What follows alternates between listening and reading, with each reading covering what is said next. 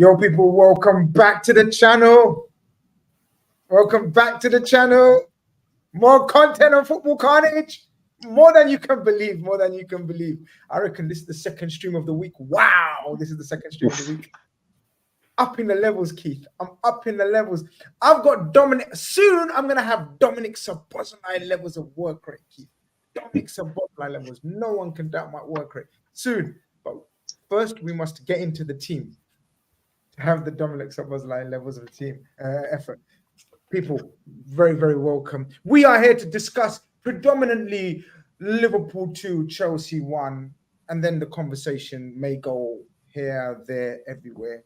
Players will be discussed, contracts will be discussed, favorites will be discussed, negativity will be discussed. You know what I mean? We will cover as many topics. You can suggest some topics that you guys want to talk about.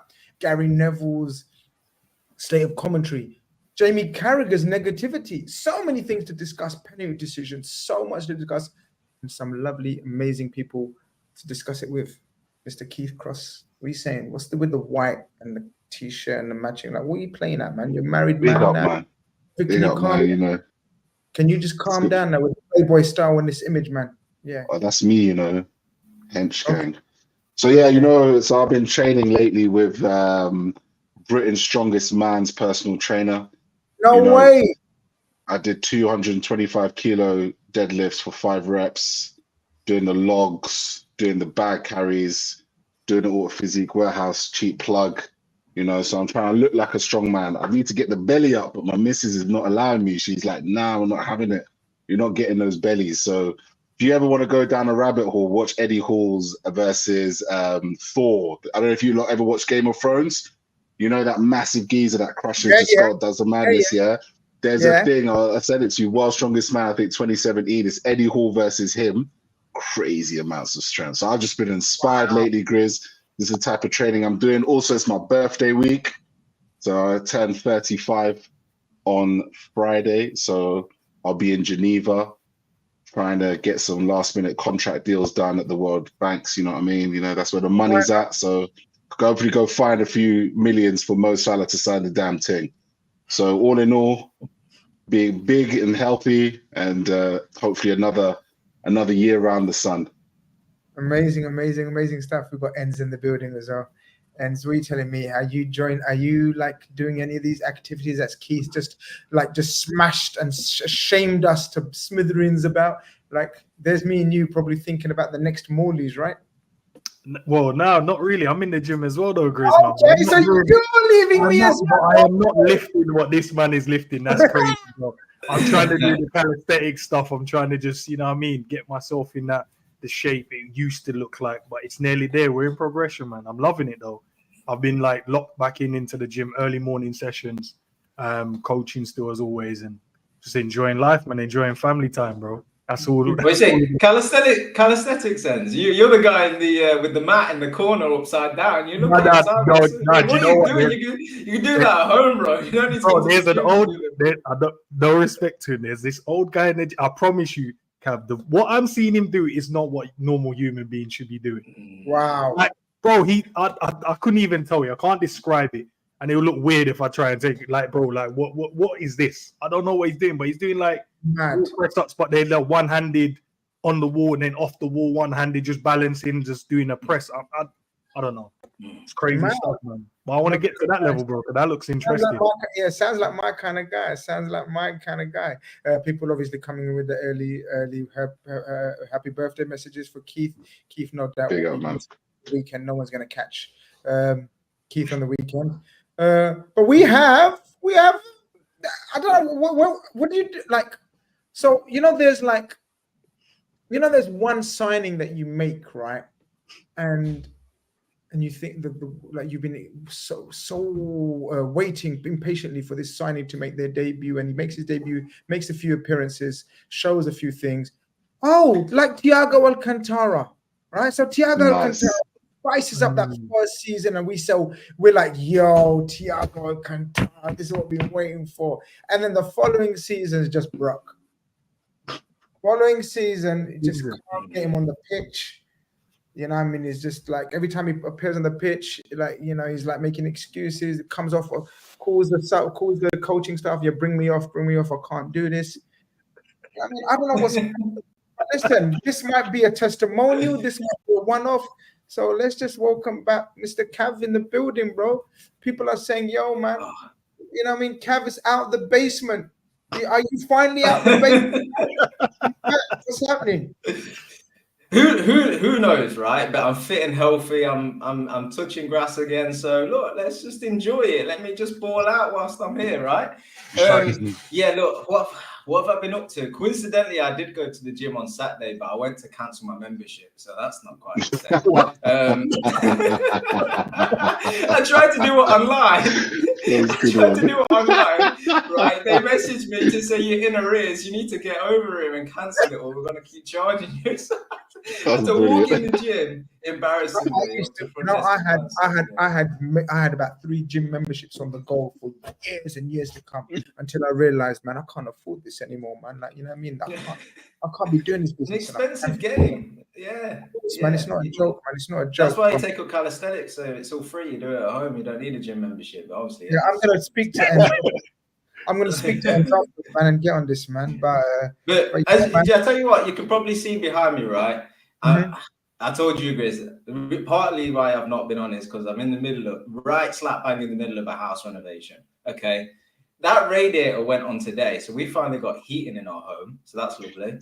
Internet was a couple of weeks ago, but I currently have no lighting, which is why I probably appear quite purple, and I'm making do with what I've got. So I've got lamps all around this room to try and get me on. So trust me, some effort's gone in to get on today. So just like Thiago, I'm doing the work in the background to try and get it.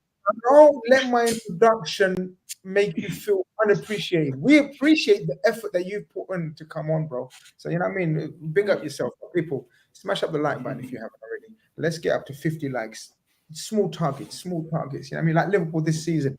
Small targets. And we work our way towards big things. You know, you like that analogy? I'm back in form. Chelsea, Liverpool. We spoke about it. Liverpool, Chelsea, I should say, Keith. We spoke about it. We kind of predicted maybe what kind of game it was going to be. I don't know. I can't remember your prediction. Actually, you thought we were going to smash them to smithereens, I think. You said, I can't remember your prediction, 4-1 or 3-1 or something like that. Yeah, 3-1. 3-1 it was. Yeah, 3-1. Really? Yeah. Really? It was close. I did say they'd score. I gave Matisse that much. Okay. But listen, we start obviously, as we always do, with the lineups. Talk to me. What did you think about the lineups when they came out? Did you think anything different to what Slot was thinking? I thought it's about time Slot, you know, in this scenario. I kind of gave him a stay of execution the first international break because I still feel like Slot was trying to, you know, gauge how much trust he can have in certain players. And also, I think at the time, Curtis Jones wasn't fit. So he couldn't bring him in for McAllister after he came back from his round the world trip in South America. So I quite like the fact that this time Slot said, you know what, you know, we're going to freshen things up a little bit. You know, the majority of these players have played either in Europe or, in the case of Virgil van Dijk and Salah, had a slight little week off themselves. So, you know, if anything, I thought it was nice to see Cody Gakpo. And it was nice to see Curtis Jones because Slot put a lot of trust in Curtis, I thought, during the preseason. You know, I felt like Slot liked what he saw in Jones's ability, and I think, you know, he was on course to have, you know, a real battle with McAllister for that position going into the new season.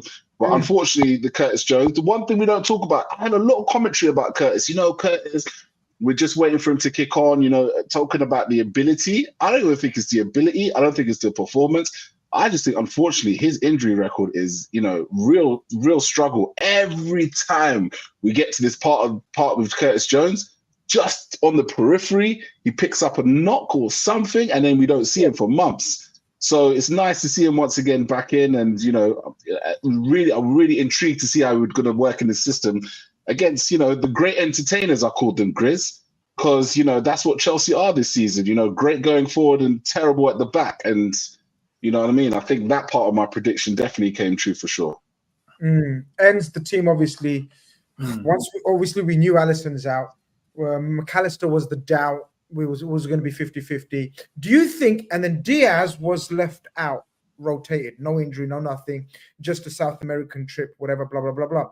But I don't know what you think, Enz. I think I took that as a positive that Slot saw the last performance of the South Americans, and after international duty, where we were a bit lethargic, I took it as a positive, Enz. I don't know how you saw it. I thought the guys learned, and he's brave enough to, because look, going without McAllister and Diaz is brave, because they're in our best 11. But do you know what? I think he's learned. He said to in one of the interviews when he came to the club, oh yeah, I watched Liverpool. You know, I've seen a few games. You know, I've watched their training videos, whatever. And I thought, okay, that's fair. What he's probably noticed is last season when we was, you know, under obviously Klopp and the other coaching staff, every time the South Americans came back, we had they just had off performances, a bit lethargic. Yeah, no energy. I remember a few times McAllister had to be subbed off at halftime, maybe fatigue, I don't know. But I felt like he realized, when they're doing too much traveling, and I don't think it's more the game they're playing. I think it's just a traveling back and then rushing him back into training, being ready and prepared for the next game. Obviously, playing international football, it's not as high speed, high intensity like the Premier League is. So he's probably looked at it and gone, you know what? McAllister hasn't been himself. He only played 66 minutes in his last game. Diaz obviously scored, but he's like, okay, he's had to do a bit of traveling there as well. Nunes played a game and stuff like that, so he's had a bit of running around to do. But I feel like he's just learned maybe off of the previous manager, learned off of his last game, his last international break. And I think that going forward, this is what he needs to do. Gakpo is a adequate enough replacement. Maybe didn't show it enough in the game, but he's more than enough. Curtis as well, I know he gets a lot of stick, and Keith is right. You know, when he gets the opportunity, it's normally an injury. I think last season it was the red card, then he picked up a knock. So then he had an extended period of time out. So he couldn't kind of win his position back. And I think by then McAllister cemented himself in, Sobbo cemented himself in, and the rest of the guys, you know, kind of just did their bits and pieces. But yeah, I feel like this game, I don't know if it's enough to kind of say he's cemented now or been back in terms of Curtis. And then McAllister, I think he just comes back in. I think it's just a rest. Diaz is a rest. And obviously Nunes had to come on because obviously I'm sure we'll get into it with the Jota injury. But yeah, I think he's just learning. He's learning on the job. He's probably looking at previous mistakes.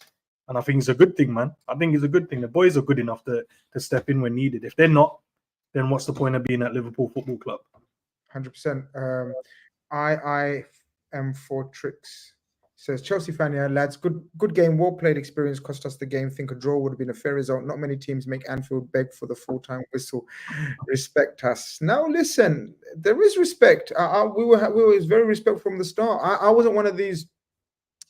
I wasn't one of these Liverpool fans that thought that it's going to be a drubbing and a smashing. I think I'd like to think I've watched enough football in my life to know when a team is on the upward spiral. Is that a word? No, spiral is downward, isn't it? Upward curve, trajectory. Upward trajectory. Yeah, sorry, my bad. Yes, get back into it slowly. You know what I mean? But yeah, upward trajectory. Chelsea definitely upward trajectory, and I knew it's going to be a tight game. Cav, we haven't spoken about Liverpool under Slot. We've asked how you are, and you've told us you're a plumber and a painter and a decorator all rolled into one, an electrician all rolled into one last 6 months. But I know you've been watching Liverpool as well. So, what are your early season thoughts under the new manager? I think he's done brilliantly. I think he's been absolutely fantastic. I'm not afraid to hype him up. I'm not afraid to put my chest out and my neck out on the line and say he's been incredible. Because I think as fans now, we live in a banter era, right? People are too afraid to say when things are going well, because when they don't go well, it can be used against you and all of this. But why wait for success to celebrate? And I think at this point in time, you know, coming into November, you know, 10 games, 10 Premier League games, 9 Premier League games, so a couple of Champions League in there. It's a good point in time to look back and assess what's happened under his tenure. And what's happened has been nothing ever so slightly shy of perfect. I mean, when you think about the job that he's got on his hands, he's taken over a Liverpool Football Club. That's a big enough job in itself, right? There's expectation from fans, from the players, a lot of which are experienced. the ownership, despite what some fans believe. And you're taking on a club that wants to win, right? And he's inherited a squad full of quality and experience. A lot of our better players coming in towards the end of their career. So they're wanting to win things and stuff. And he's not only had to step into that, but he's had to do it off the back of Jurgen Klopp leaving, right? Which not only was an instrumental figure in our recent success, built us back up. Everybody loved, everybody liked the charisma. He orchestrated all of our emotions, the crowd on match day, and everything that was effectively good about Liverpool. And he's had to step in and not only take on this massive task of managing Liverpool Football Club, it's had to be the successor to Jurgen Klopp. And to be honest, it's been quite seamless. Like, here we are, top of the league at this point in time, playing good football. We all know it can improve, and you can have your own opinion on the style. But effectively, it's winning football. It's getting us to where we want to be, which is competing at the top of the league.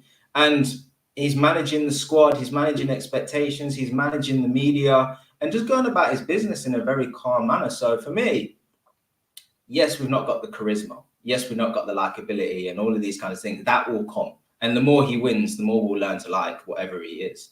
But I just think that the job that he's done in this short period of time has been nothing shy of fantastic, to be honest with you. And you talk about changes for the Chelsea game, learning already about selection off the back of international breaks. The one thing I really wanted to see from this manager, me and Ennis talked about it a lot, is it felt like, especially towards the end of Jurgen Klopp, that we lost that tweak from game to game. It felt a little bit like, this is our team, this is our tactics, let's go out, we'll be good enough.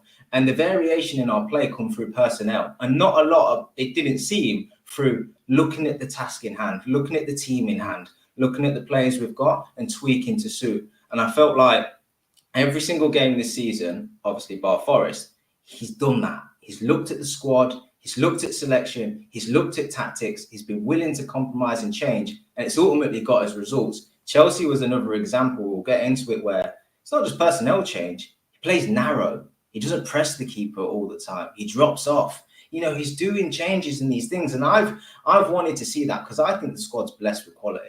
I think it's blessed with quality, experience, technical ability, all of the makings to go and win something. It just needed that fine-tuning and that management. And so far, he's delivered on that. So 10 out of 10 in terms of ratings up to this point for me. And I'm not afraid to say, you know, how well I think he's done and how excited I am. You know, I love watching Liverpool, obviously, but especially in these times. Do you remember near the end of this? Do you remember we were down? We were Klopp's leaving. We were all a bit miserable, weren't we, on our shows? The faces were long, especially the way the season ended and everything.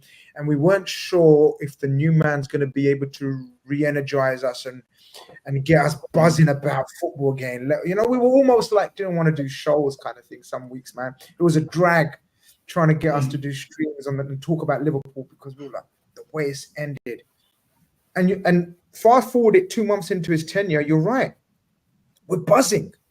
And that is all down to the man, the way he's done it. He's done it totally different how Klopp done it or did it. He's done it in his own way, yet he's kept that identity of or the levels of being a top tier club that still has to deliver at the same time. Yeah. Well, let's be honest, the wheels could have fallen off, Grizz. They could have, couldn't they? You know, going into the season, a manager that's not experienced in taking on a club the size of us, Jurgen Klopp leaving, the change with the hierarchy up above. You know, we'll get onto contracts maybe in a bit, but players a little bit uncertain and not knowing what's about to come. And it very easily could have, you know, gone to pot. And it hasn't. And I think the nice thing is, as time's gone on, players are buying into it more. You're starting to see players enjoying the football a little bit more, and you can see it growing and growing and growing whilst getting results. I mean, that's perfect. You couldn't ask for much more than that, really, could you? 100%. 100%. Keith, we're going to get into the game. Just a couple of super chats before we carry on. Oriakore says, should Bradley get more starts in case Trent leaves? Trent ain't leaving, but Bradley was not fully fit. He didn't train after the international. The internationals he was involved in. But yeah, Bradley, we've spoken about him and became captain, by the way. Has been made the captain of Northern Ireland, which is massive. That's huge. He's a Massive, kid. massive. I know. Regular in the chat, big up, yo, what's good, man? He says, thinks Slot went with Gakpo and Jones to be a little less direct and for more control when we do come in possession, opposite to what the panel said. Interesting. Well, we'll get into that then, because this segues into the chat, Keith. I said in our preview that, in my opinion, and I have absolutely no level of coaching, and I do actually send Barking District League and Dagenham Redbridge League. El Nino, Big up. But Big up. But listen, I thought this Chelsea team, we have to go high energy, high pressing, quick tempo football, rattle them.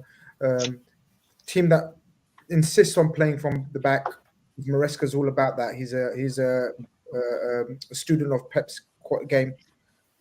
Taking all that into consideration, I knew we're not going to play like that in the slot. I was surprised at how much we backed off. Do you think this was tactical? What do you put it down to? Because it was very evident we were letting their back guys have the ball and only started pressing them once they reached into the midfield. Is there a reason for that? Or was Chelsea good for that opening 20 minutes? I think there was a reason for that. First of all, I thought the first 15 minutes of the game was extremely cagey, right? Yeah. By both teams, right? I don't think either team really wanted to commit. I think the styles of the way that we set up were quite similar. I think where we didn't want to overcommit, because remember, usually you'll see Liverpool, particularly against teams they feel that they can dominate, like a Man United, for example, you'll often see Szoboszlai and Jota both press. They won't press as aggressively as we used to press. Like, Klopp's philosophy was all about winning the ball up and being like the press is the playmaker. Slot kind of sees the press as obviously a way to counter in transition, but he doesn't mind winning that ball in slightly deeper areas. So I don't feel like our forwards overcommit as much. And I think there was a big danger in overcommitting, because the thing with Chelsea is Cole Palmer and Caicedo, they kind of stretch wide. So what you're having is, if you're having your two guys go up and press, and you're having the midfield move ahead, you've almost got, okay, you have the two defenders here, you've got Lavia in the centre, but Cole Palmer, the way they pick up positions is almost like behind your Curtis Jones and your Ryan Gravenberch. So if we did go in and start being too press heavy, too high up the pitch too early, then, which happened a few times in the game, all it takes is 1-2 passes, and all of a sudden Cole Palmer's popping up from that wide area, Jones is not seeing him, and then he's got the rub of the green behind him. Caicedo with the same. He's got the rub of the green on the right-hand side behind him, because Ryan Gravenberch, Curtis Jones and the front three are pushing up straight up. So I think it was definitely, and that's been a theme of Arne Slot's tenure, that there's no real rush to win the ball back as quickly as possible. And the other thing that I think found really interesting, particularly the way the game started, and actually probably how the game went as a whole, is even when there was times when Liverpool did win the ball in the Chelsea's opposition half, there was no insistence for Robertson and Trent Alexander-Arnold to start bombing forwards and for us to start playing from in their half, especially in that first 15 minutes in the setup. And it's something that I've seen Slot do a lot, which a lot of Liverpool fans don't like. Called it boring, say it's not as entertaining as it used to be under Jurgen Klopp. Because anytime we do win the ball, particularly when the game's a bit, 0-0, bit in the balance, we seem to go back. So I thought there was a lot of that, but I feel like that's just a sign of the times. I think a lot of teams are doing this now. It's not necessarily a Man City style, because I feel like Man City camp themselves in your box. I still think we're more direct than Man City, which is why Slot says that there are still elements of Jurgen Klopp's game. And I'd like to talk later on about some of the chances we created to emphasize that. But there is an element of, we don't have to attack you all the time. We can just get back into a shape and knock the ball about a little bit more. So I did think that Slot was going to be a little bit more cautious in that respect. Yeah. But what it's actually doing as a result, in my opinion, we'll see what happens after Christmas, but it's almost saving the legs a little bit of some of our players, because there's not this insistence of kind of like gun-ho. But one thing you do lose in that scenario is, again, you said it, Grizz, I would have, if I was in that situation, if I was a coach, I would have gone gung-ho, particularly with Chelsea the way they are. In a scenario like this, you could argue, actually, had we gone gun-ho, first 15, 20, 25 minutes, we could have gone 3-0 up. Because I don't rate Chelsea defensively at all, as we saw during the game. So, you know, there's mistakes in there. They're not confident. They're not balanced. They don't have defensive partnerships. Don't get me wrong. I didn't want Liverpool just to go gung-ho because it's a home game against a big team and let's just go gung-ho. I do mean pick off your opposition, know your opposition. Like Chelsea, as you said, missing Fofana, missing Cucurella. I thought, you know, the players stepping in would be a bit nervous, making the day. We thought that Vega would start, but he throws in Reece James. We knew Reece James ain't going to last 90 minutes. That was an opportunity. I was almost thinking, damn, I wish Diaz was playing because that would have been interesting. And Gusto goes to man mark Salah on the other side, who I thought had a very good 20 minutes. I thought Gusto pocketed him for 20 minutes or so. Do you know what I mean? And Salah had to adjust his game, and I wanted to come to that as well. But I think you're right. I think Slot's... We're learning, watching Slot as well, right, Enz? It's not about Slot learning on the job. Us as fan base, and especially the match-going fan base, I think have to get adjusted that it's not going to be the same tempo. And, you know, even though the atmosphere was lively, that first 20 minutes wasn't. And it almost took, well, it did take the Jota incident, the injury, to liven the crowd up and a certain madman to come on and rev it up a little bit. But that opening 20 minutes, Keith, I think, is broken down well. What was the turning point for you that kind of got us back into the game? Because after that, I thought we really got a stranglehold in the game. Do you know what? I don't even think we was never in the game in the first 20 minutes. I felt like it was more, let's see what you can do, Chelsea. Keith is right. I think we went really narrow because we wanted to cut out the inside passes to like Palmer. He likes to pick up. It's like a right-sided inside forward channel that Palmer likes to pick up. So they'll get it to the wingers. The wingers would then look for the edge of the box, cut back. They don't really put it across the face of the goal. It's normally a pullback to one of the midfielders, mainly Palmer. Then Palmer will do the clever little through balls. And I felt like we did that very clever. It was like, okay, we're going to go narrow, allow you to play down the channels. And then we trusted Trent and Robbo to do their jobs defensively. And then anything you decide to pull back, Gravenberch was there, which you saw in the first couple of minutes. I think Sancho cuts inside and tries to dribble Trent. And I love that. I don't think it's talked about enough about Gravenberch, that aspect. Everyone's talking about him on the ball and silky. The amount of times where do you know when we watch football and we say, clamp him in those positions? He was clamping him or them in those positions. I loved it. Listen, these are the things. Go on. Just to add to Grizz's point real quick on that topic, I saw a thing like that. Ryan Gravenberch has won possession more times than any other midfielder this season, 48 times. Bad stat. He's honestly a joke this season, man. But yeah, just those little things, the little cutbacks when they were trying to look up and try and pass it to like a Lavia probably trying to join in and the Caicedo maybe trying to pick up the ball. These guys were there. Jones was there. Sobo as well. I know a lot of people don't like to give him credit, but him dropping in, whether it's winning the ball, I think that the stats was there that he didn't actually make a tackle, but sometimes just running into those little pockets, making your opponent change their mind about the pass they originally wanted to give, that helps your team in the long run. Great point. See that's a fantastic point. This is why you're my new Thiago Cantara, and he's become half an hour. That's about right, to be fair. About right. Actually, Hendo. But that ends. But do you know what ends? I totally agree with you in terms of. I did read that stat about he didn't win any duels or whatever per se. But sometimes you're right. It's about presence. And I'm not glorifying his performance. We will get on to before people start saying, "Oh, come on, guy, it was shit." On the ball, he frustrated the life out of me, especially when he was clean through and that. But anyway, but what I'm saying is sometimes it's about sending players down avenues they don't want to go down. Do you get it? It's adding the, because obviously I don't know. A lot of people probably have never played on an 11-a-side pitch, maybe, or an intensive game of football where there's certain things, just running back and adding that pressure on a player to make them have to think a bit quicker. It makes them make mistakes. You can, the original pass you wanted to give, you don't give. You might give it to underweighted pass. You add enough pressure, someone else can then step in because you might over dribble, over complicate it. That's what I saw from him yesterday. Obviously, we get into players' performance individually and stuff like that. But I felt like we just trusted our fullbacks yesterday. We trusted Trent. We trusted Robbo. Defend your 1v1s. When we was talking about, I know you said, obviously, I would have liked maybe to go a bit more, not gung-ho, but, put it on them early doors. I feel like if you do that with the players, the technical ability of like Palmer's, Madueke, Sancho's, Lavia and Caicedo, you push high up against them and lose out on that press, you open the game up for these guys. They can turn you in one move.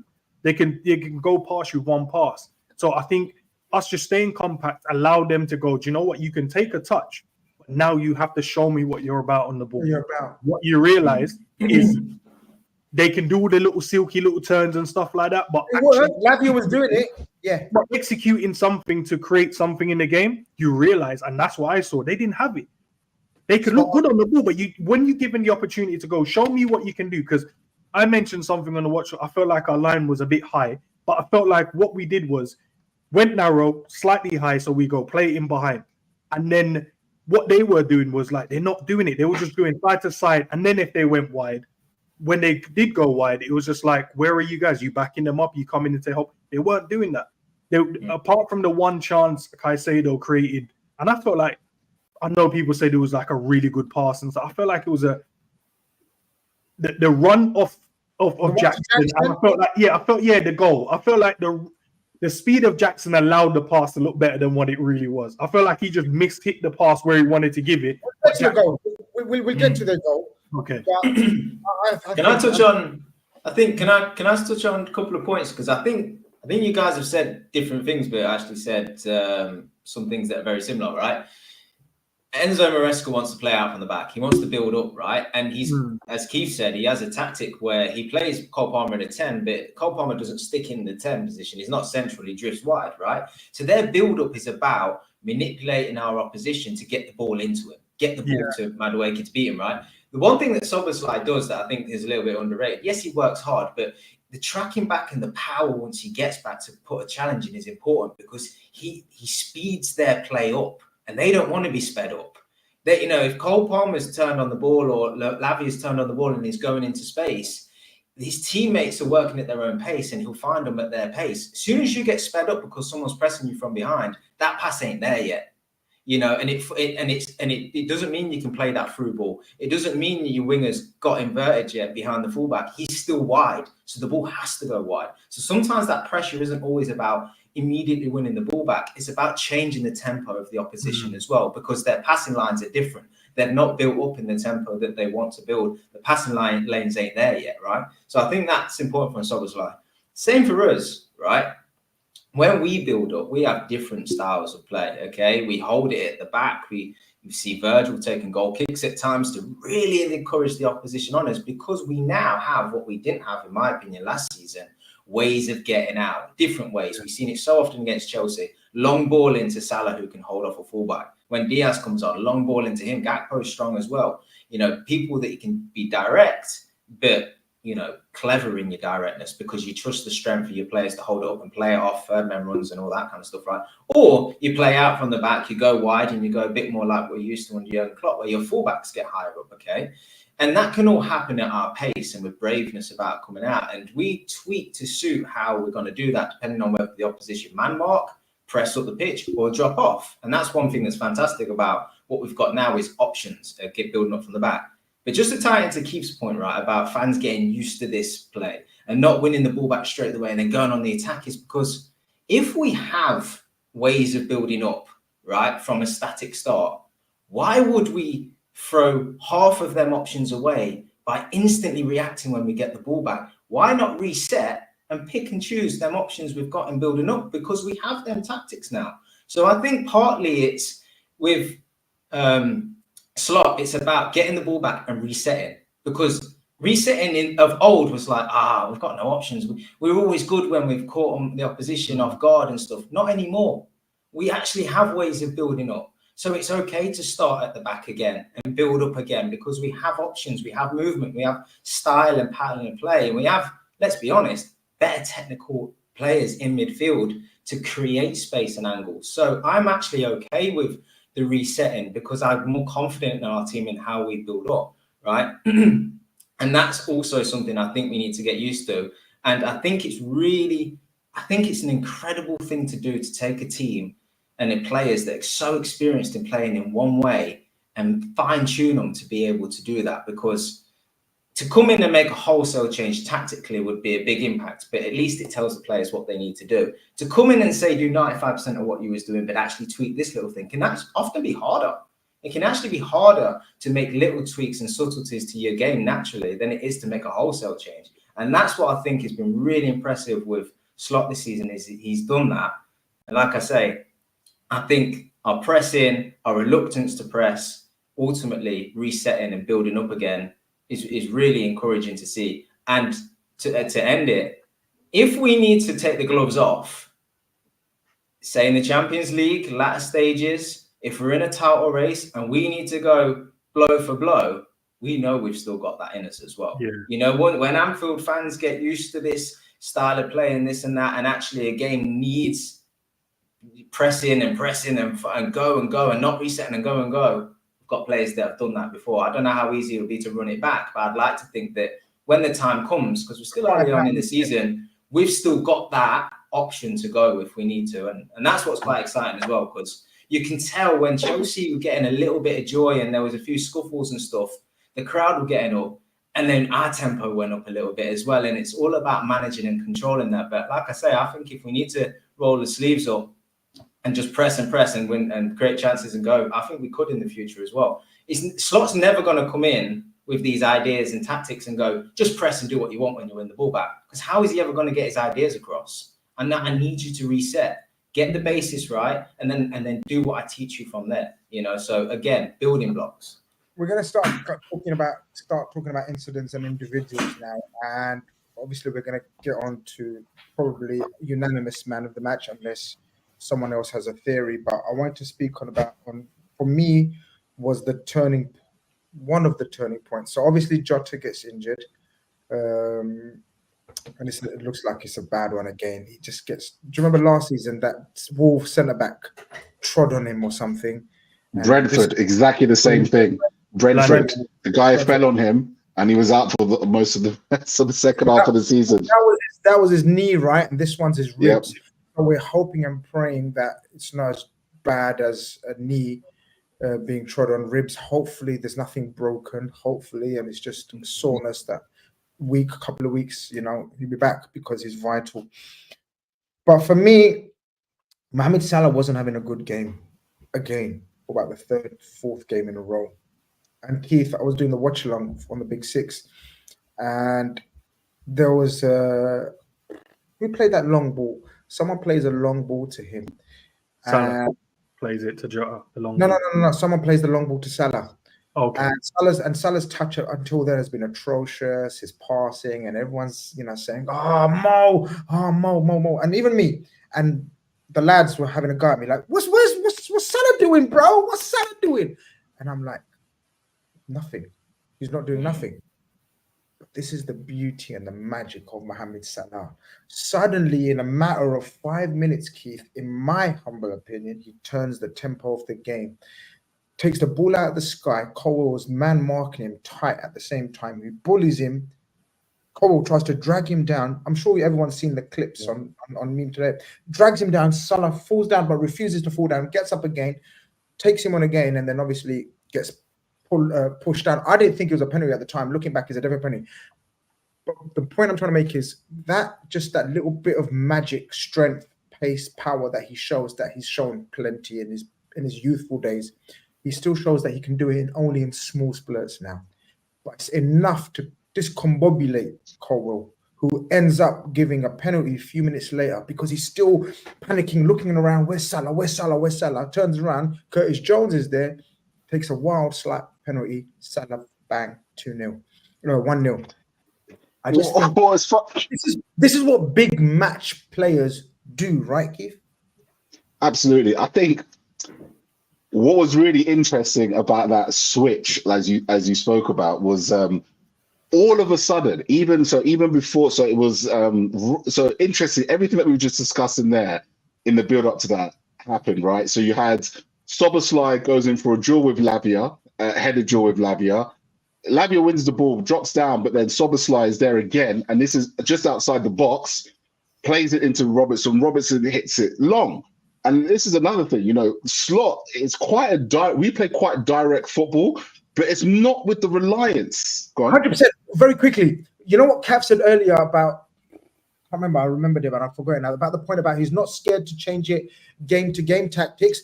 I love the way internally from phase to phase he's not scared to change the tactics. So the first phase was 20 minutes back off wherever. He realized Chelsea were pressing us very high. So Palmer were working their asses off. Mudueki and who's the other guy on the other side? Sancho. Man marking Trent, really pressing us. We went, okay, no problem. We started playing direct. Sorry, Keith, I'm sure you was going. Yeah, no, absolutely. That's exactly where I'm going, because what's interesting, Slot has spoken about it to the nth degree, and he speaks a lot about winning duels, right? He is turned us into, like, the amount of times, and even in this game in particular, it was very clear to see the amount of duels and the amount of tough tackling and the amount of 50-50s that we were winning in and around our box. And once we won that ball, it was, okay. So, for example, the original Curtis Jones, was it? It was the one where, there was one where Gravenberch played it long, right? That was won by a duel. Gravenberch plays it long. This one won by a duel. Robertson plays it long.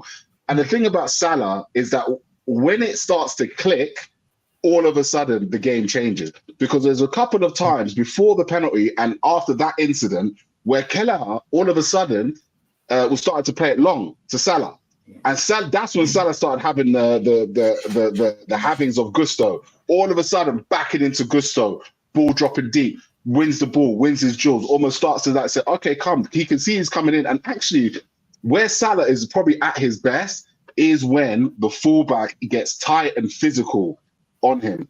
That's when I always feel like Salah can really start to work his magic, because he is ridiculously strong. His, all that core workouts and all that things that you see him posting up on Instagram with the bands and all that.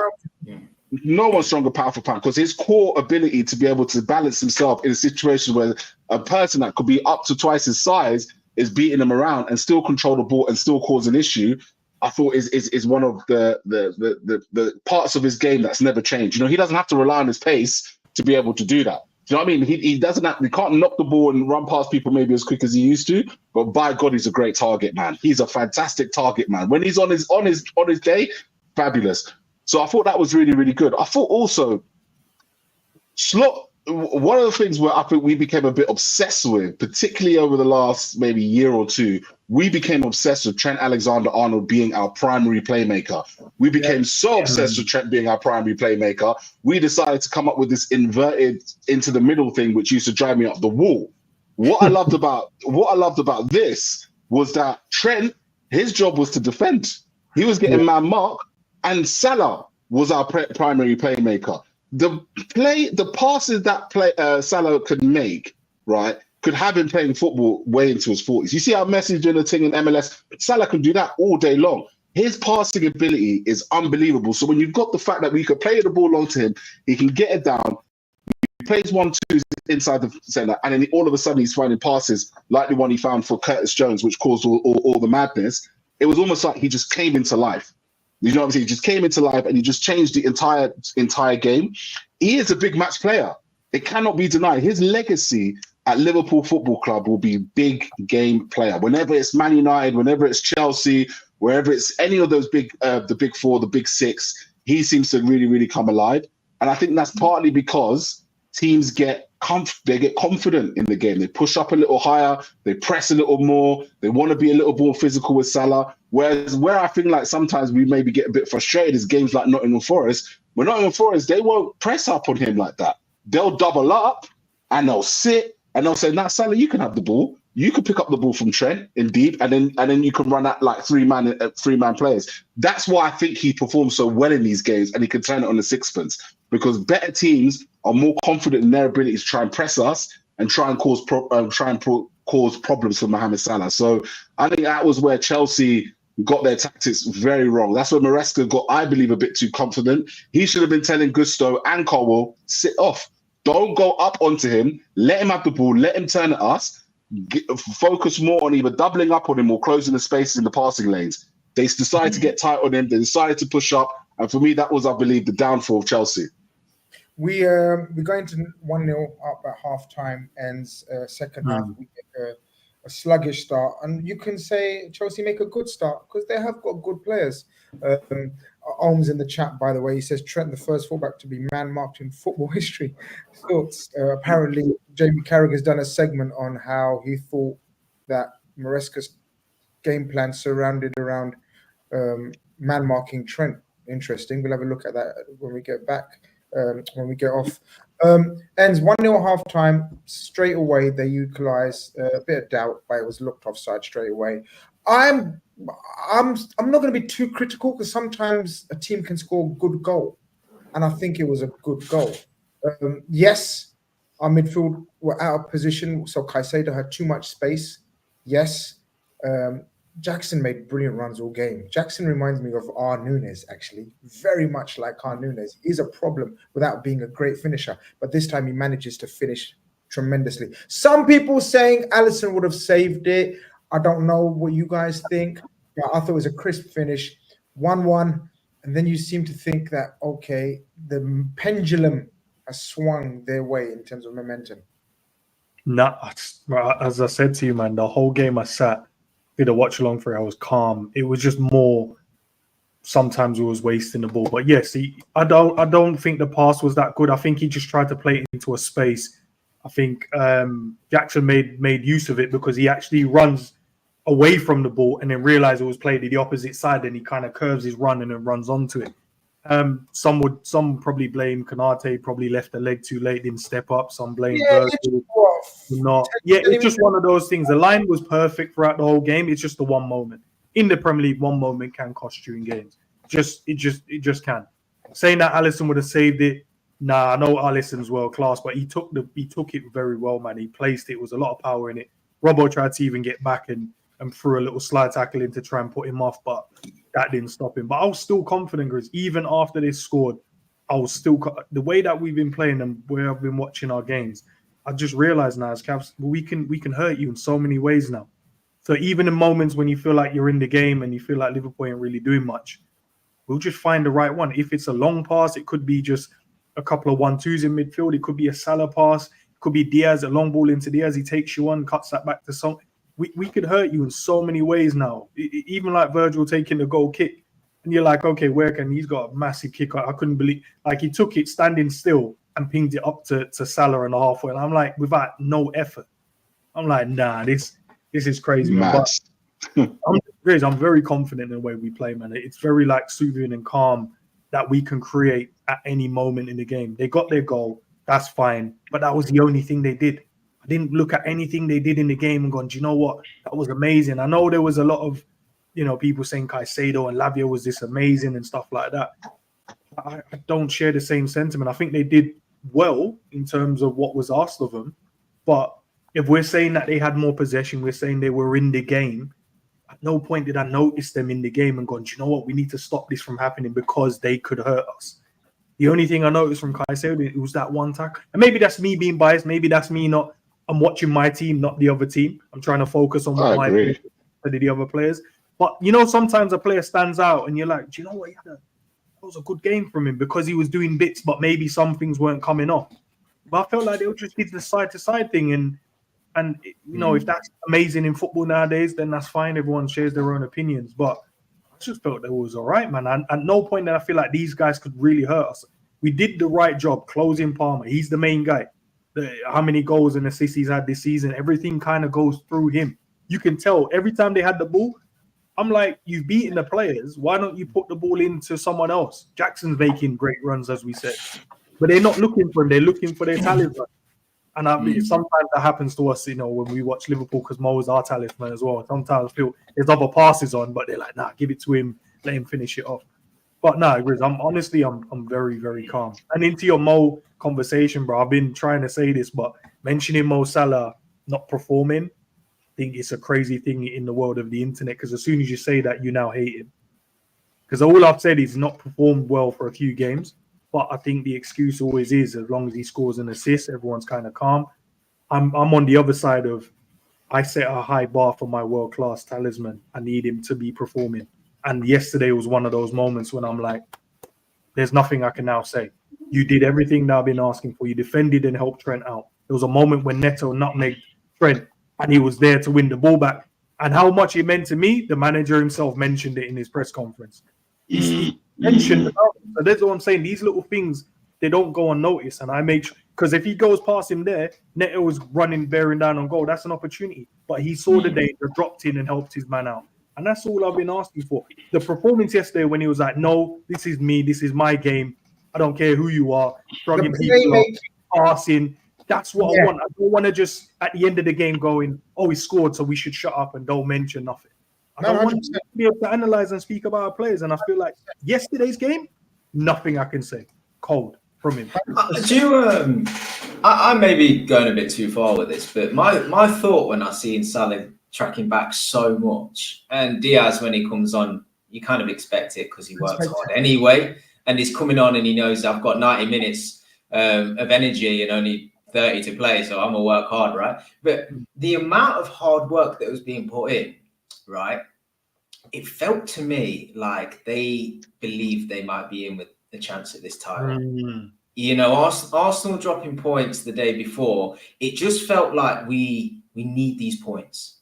Although it's early on in the season, this is a big game, and this is where others can maybe drop points against this Chelsea. And it just felt like that extra work rate was there to make sure we got over the line. And it just felt to me like it felt to me like this team know they've got a chance at this. And I may be going too far with this, but we've played Chelsea and we've played them a lot, and I know we've had recent success, but we draw a lot of games with them, and they'd had, you know, when Kruger's come on, then Neto to come on, and it felt like they still had options to change it up, and we just made sure that we just got them points in the end, you know. And it just, the amount of hard work that was being put in, like you talk about Salah, I'd have expected him in games gone by just to hang up the pitch, be the outlet, you know, get on the ball, still try and create, but he was getting back, and it just felt so important to just get across the line. And it told me that these guys want to stay at the. You know what I love about this season? Do you know what I love about this season so far, guys? And I've mentioned it before. We've literally got 5 horsemen left, the 5 legends at the club, still at the club, the 5 senior players. That's Robertson, Trent, Virgil, Alisson, and Salah. There are the legends of the club that are still and the only ones remaining that you can call legends, each and one of them, right? And the way they've taken on the responsibility, they know the Hendersons have gone, Firmino's, Mane's, Gini's, all of these guys have left and gone on to pastures, new or old or retired.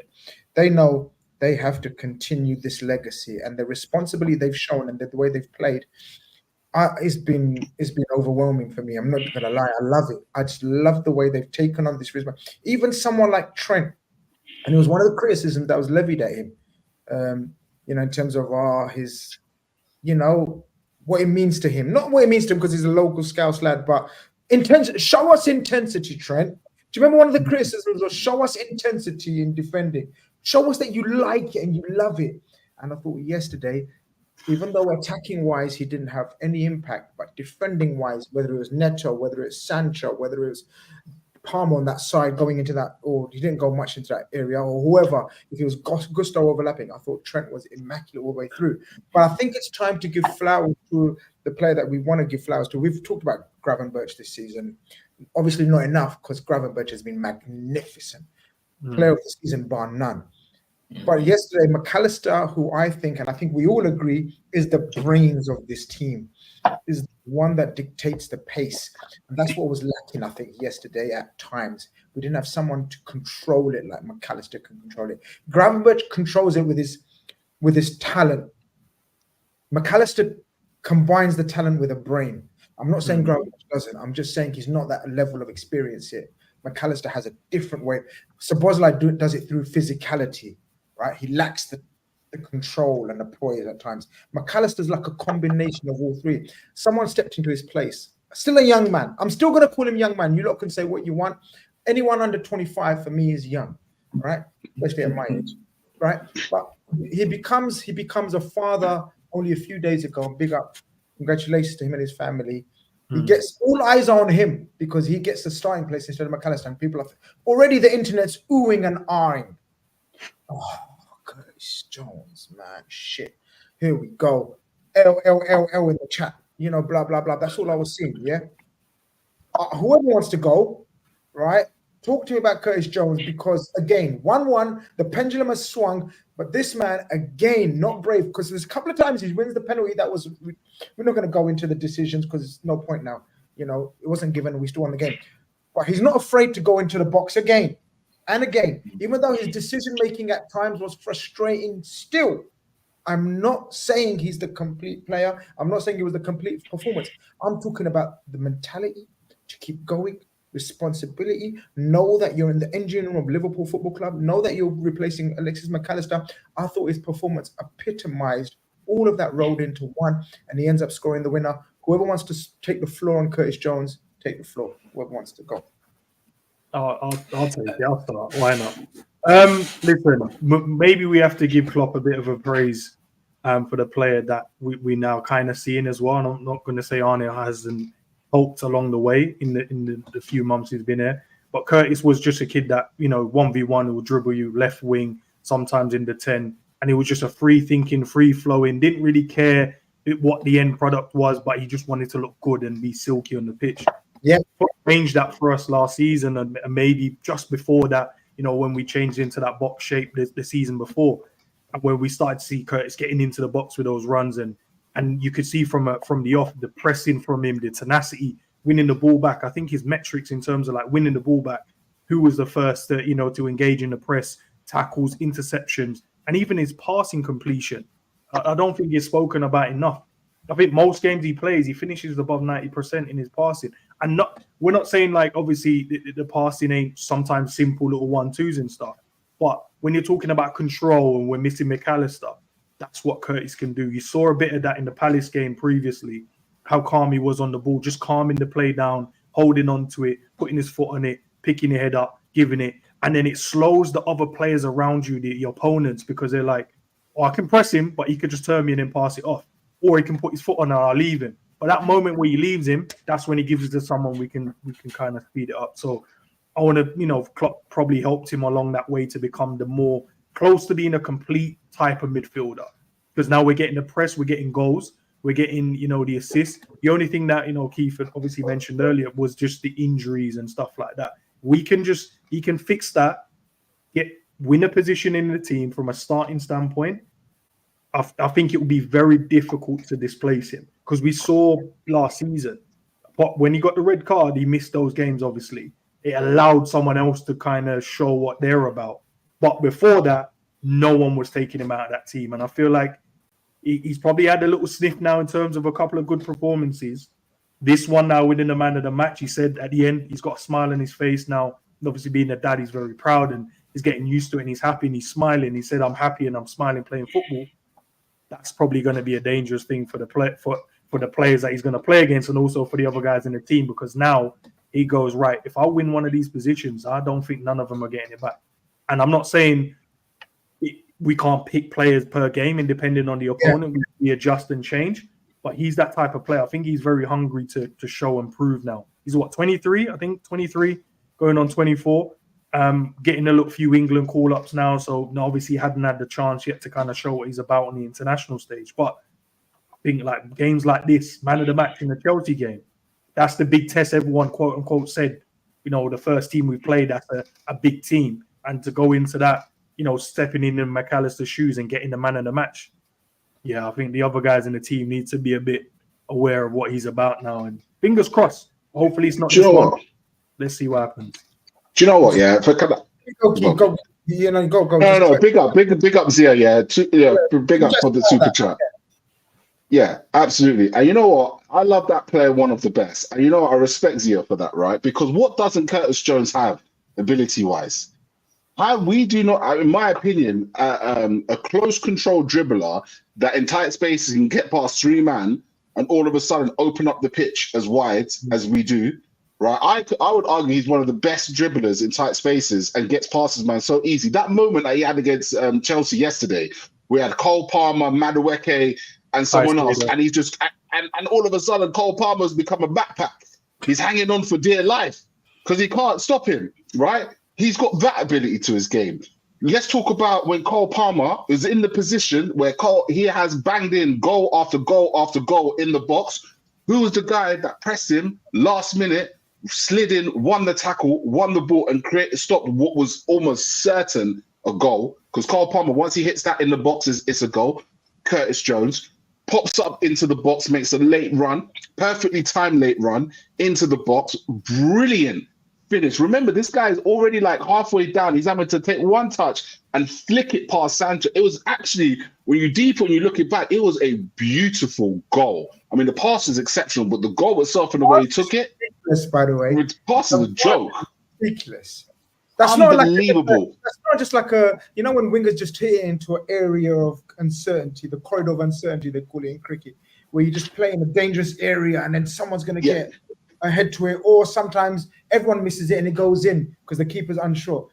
Brother, Mohammad Salah found him in a packed box. It was like time froze, and his playmaking is second to none right now because he hasn't got that blistering pace. And that's why I was trying to talk about his game intelligence. He realized, okay, Gusto's young, quick, strong. Okay, I'm going to have to play him different. And Gusto didn't have an answer to when he played him different.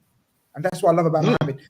But sorry, the finish, Yeah, no, and the final thing, I see, you know, he's 6 foot, he's 6 foot tall, you know, so the tall lad, right? He goes up, he wins headers, he probably wins more headers than Darwin Núñez ever wins, which is always a bone of contention when it comes to Núñez and his aerial presence. Always wins the balls, you know, is up for the challenge. People's only gripe with him is this argument that he holds the ball maybe a little bit too long. I mean, we're talking about like this is like a small thing in my opinion. I don't think Curtis Jones has ever really held the ball to such an extent that we've missed an incredible counter-attacking opportunities. Half the time, the reason we're in that space in the first place is because Curtis Jones has made it happen. I believe that a fit and firing Curtis Jones can be one of the most key players for Liverpool because he adds a balance to the sides, the likes of which McAllister does, because McAllister's a very intelligent player. I think McAllister is very intelligent in terms of his passing. Does quite similar. He's big at making those last man runs. But the biggest difference between them two, I think, is Curtis Jones is more comfortable with the ball to his feet in tight positions. Whereas times when McAllister, if you put him under pressure, he can get countered, in my opinion. He can get pressed and he can lose the ball. So he's got something different that we don't have in that midfield. And I know, obviously, we're talking about Liverpool, but I was getting pelters in the summer when I said, I believe for England, I believe Curtis Jones would be perfect. When you look at that midfield dynamic and when you look at what a team like that needs, everyone keeps talking about Maine. Maine's a great player, but I think Curtis Jones is better on the ball. He's more intelligent. He's more likely to make second round runs, but he's more likely to also track back and defend as well. I think he has it all to his game. You know, the only thing, unfortunately, that he doesn't have at the moment is luck with the injuries. And I think that's the only reason why his time's been curtailed. Because this is not the first time that we've been on this stream since Carnage has been around for the last few years, where we've had a stream like this, where we've thrown so much love at Curtis Jones. I feel like we've been here before. And I think the only thing that stops him is injuries. It's not ability. Mm-hmm. Cav, Curtis Jones, cameo, or good 90 minutes. Look, as I said, I was frustrated with elements of his game. And I still am. But I've always said the more you play, I don't think he's played enough football, to be honest with you. I think he's missed way too much football. And I think the more football he plays, at this level, we're talking the higher echelons of Premier League and Champions League football, the better his decision-making will become. He will realize, see, the thing is, guys, Curtis Jones was always the best of his age group. In fact, he was much better than the rest of his age group. So he could always take his time and take the piss with on the ball. He knew, three of you can't take the ball off me. You know what I mean? I can do what I want. The more he plays against beasts and animals, or I'm talking the tenacious type players where he realized he'll have to move the ball quickly. For example, in that penalty box, when he won the penalty, he should have got the shot off way before that. Yeah. So there are elements that are frustrating still, but I think that will come the more regular football he plays, and that's what's been lacking, regular football. Once he gets consistent and fit, every coach, guys, at international level, under 21 level, club level, has loved Curtis Jones. He's a manager's dream, though, isn't he? You know, like when you think about all the positions that he's played and played comfortably, you know, you talk about his early years as a more advanced, you know, midfielder. We've seen when he was working his way into the team under Klopp that he played out on the left at times and did an amicable job. I can remember a game in the Champions League that he was amazing at left wing. He's played in the 6 for the underage groups for England and been successful. He obviously plays as an 8 and he played as a 10 against Palace earlier in the season. And every single time, you know, he does an admirable job. And I think that I've really liked about him is he's got Ryan Gravenberch and got McAllister, in my opinion, ahead of him, right? Who are 2 players that have got McAllister bags of experience, you know. Although Keith says that you can press him and stuff, I think McAllister at times encourages a press because he backs himself to be strong and wriggle out of it, whatever. And you can have your own opinion on that. Gravenberch does it in a different way, where he just lets the ball roll, or he feints or whatever, and he breaks out of a press. But we have 2 players there that are really comfortable on the ball, control tempo, and almost enablers for our team. So it's very difficult to take enablers out, right? And Curtis Jones has stepped in and gone, I'll do it. You know, as he always was. You know, you stick him in any position, he goes, yeah, I'll do a job. And his job yesterday against Chelsea was to man-mark Cole Palmer, right, and shut that off. But to have the awareness and have the in-game intelligence to recognise that you can get into the box as well, right? So not only can you do a job in the deep positions of the pitch and in the centre of the park, you can do a job at the furthest point forward as well, as long as you time it correctly. And as long as you're aware of where everybody else is around you and the player on the ball, I mean, it's not hard to make a run into the box when you know Salah's picked his head up. You give it a go, wouldn't you? Because you know he'll find you. But it's the intelligence that comes along with it. And he's a manager's dream for that reason, because you can play him anywhere from the off and know he'll do a job for you, and you trust him because he's comfortable. But also in the game, if you need to move him around, you can.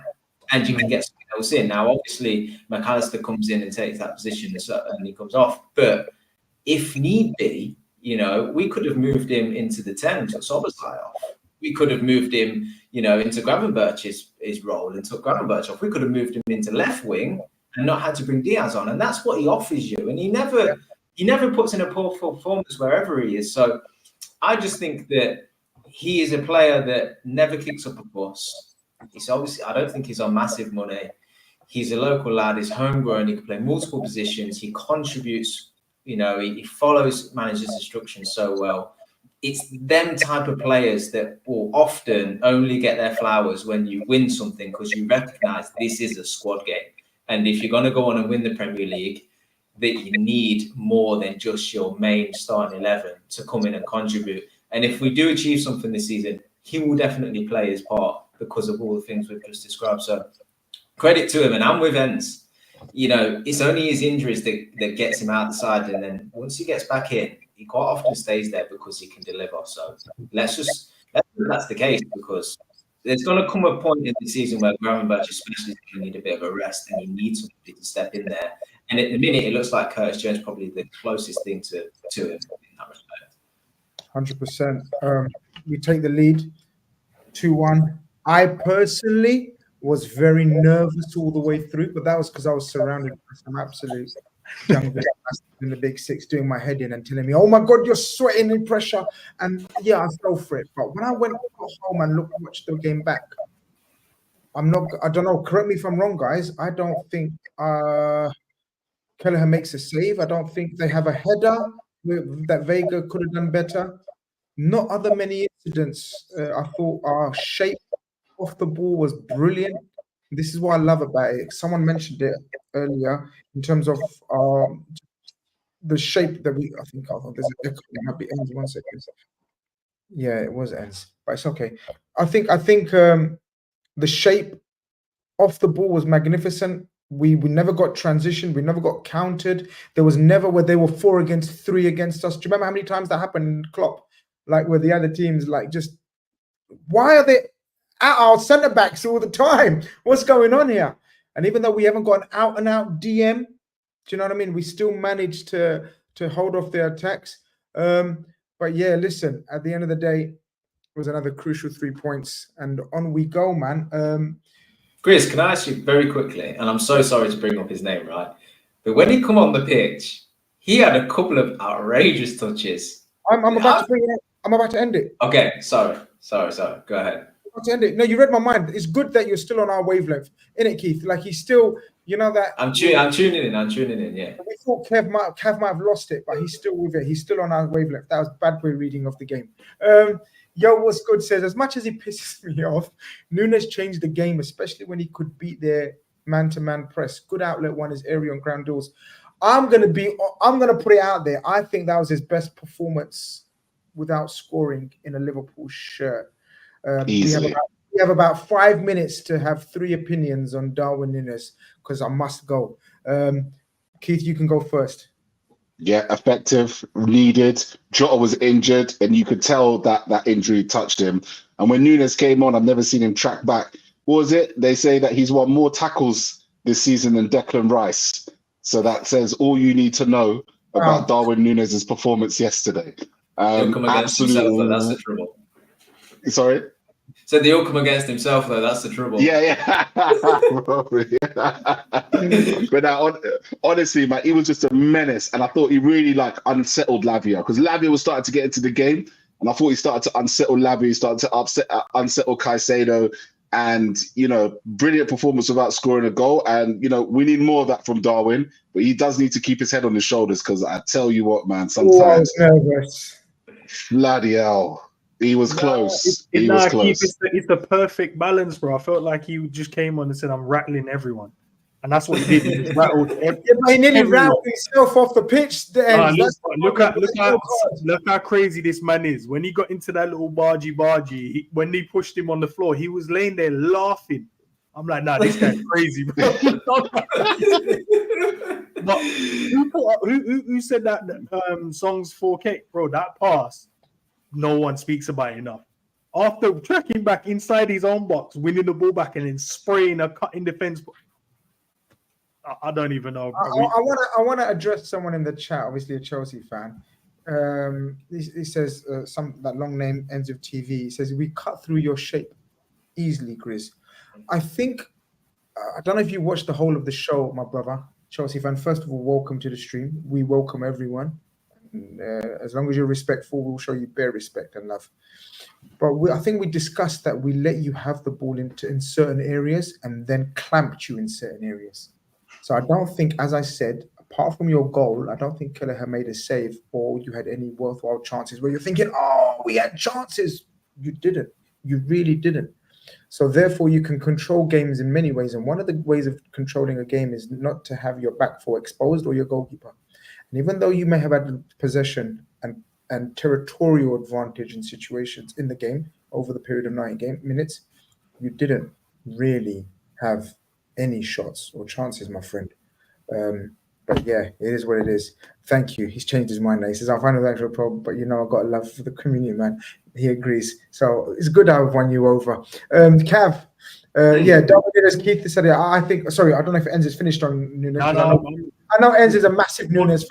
I don't want to speak on it because it sounds biased, isn't it? But I like him, bro. No, it's fair. Listen, when you listen, people be, with you and Mohammad Salah, I get with Nunes. People think I'm a Nunes hater. Why the fuck? No. I hate a Liverpool player. Do you know what I mean? Yeah, it's crazy. Him to be like that. That was Darwin Nunes. We just want improvements. That's all it is. We just want improvements. That's all it is. Cav, I thought it was his best cameo, and I think that's where you wanted to go. Yeah, exactly that. I mean, he come on the pitch, he gets this flick off to Salah. We've seen it before in the goal he scored in a few games back. Very similar move. Flicks it off to Salah. Salah finds him again. He's down the line. He's going to beat everybody for pace. Next touch, controlled. Just felt like the improvement I've seen from him over the period of his Liverpool career is he seems to recognise when to drop in and not always spin behind. And he's dropping in, but not only dropping in, but he's keeping the ball. He's keeping it and he's playing it off. It was bobbling off him before. His pass was, misplaced, but actually he's connecting play again. It's not the most silkiest thing you've ever seen, but it's not giving the ball away, you know. And so he's improved in that sense. And he played his part in terms of his work rate, in terms of his battling. He won a couple of headers in the box, which was important as well. And all of these actions that he was successful in played its part in us ultimately getting across the line. So he deserves some flowers in that performance. I like the fact that he went over and he was backing Salah up in the little tussles as well. Like, they've got a bit of they've got a relationship. Yeah. And understanding on the pitch as well, like you said, about that combination play. We've seen it a couple of times with them. Absolutely. And I just think I like him because if he can put, we obviously want him to explode and score loads of goals, and who knows, it might happen still, but at the very least, just come in, work hard and stay measured. And I just think he's done that in his performances so far this season. He's not had many. And I think Slot's, I'd like to credit him a little bit in terms of controlling him a little bit more, you know, and giving him fewer things to do and what have you. And we've seen, like I say, he's not immaculate at the minute, and he might never be for us, but he's coming in and he's doing an admirable job and it's effective, and it certainly played its part yesterday in getting us the victory. And as long as he, despite the criticisms, despite the memes, as long as he continues to step on that pitch and defend our players and work hard, I will continue to support him. And yesterday he did that. And yesterday when he went over, we're trying to take a throw in, and everyone and that player, I can't remember who he is, Viego, I think, is trying to rough up Salah. And he comes over and he goes, "Don't worry, Salah, I'll deal with this guy. You don't need this now in your 30s. Let me come and fight this guy for you." I'm all for it. I'm all for it, because I never want Liverpool players and team to lose that fight. I want us to have that snide in us. Like, yeah, we'll beat you in terms of playing on the pitch and tactically, but if you want to start battling and you want to start getting aggy with us, yeah, we're up for it as well, because that's exactly what we had in the title-winning season. Is we'll match you in any little game you want to play, and I like that about him, that he's willing to fight. So control it, and I think he'll play his part. And look, he might get a few more starts depending on what Jota injury says. So he just needs to continue as he's been going, I think Liverpool need to continue with how they've become. We are now at the very, very critical stage of a serious game every 3 days. Leipzig away ain't going to be easy, guys. Leipzig away. Leipzig are in very good form in Europe right now. And then, in my opinion, it's obviously the second hardest game in the Premier League. Arsenal away. I think after Man City away, without doubt, it's the hardest game in the league. We already know that about that fan base, probably the most celebratory fan base that hasn't won anything major in ages. Like, they go on like they've won everything, and they have the best players in every position, and generational this, and Arteta's thinking, and the set piece kings, and yet they haven't won anything. When Man City and Liverpool made these claims, we won Champions Leagues and Premier Leagues and FA Cups and Super Cups and World Club Cups. We won it all, my brothers and sisters, over at Arsenal. We will see you Sunday. That's a different story. Until then, we'll have the build-up. We'll talk about Leipzig. I'll try to get some of these back for the post-match if they're about. If not, I will be there. We'll do post-match Leipzig. We'll do a pre-match with some Arsenal big hitters. I haven't decided which one to come in and, stress so much. My hamstring's feeling a bit dodgy, you know what? Three games a week. I ain't ready for that. You need to get the ice bath, man, and the oxygen chamber. Off you go into the oxygen chamber straight out. Oxygen chamber. I got electricity this week, bro. There's levels to this. But we will see, guys. Thank you very much for tuning in. Still about 175 of you guys in there. Hope we've hit the 100 likes mark. I like that ratio. If we have, big up yourself. If we haven't, idiots, get liking. Subscribe if you haven't. We'll be back for the post-match for Leipzig. And from me, Ends, Cavan, Keith Cross, peace out and take care. I'm just going to end it, not even an outro. Safe.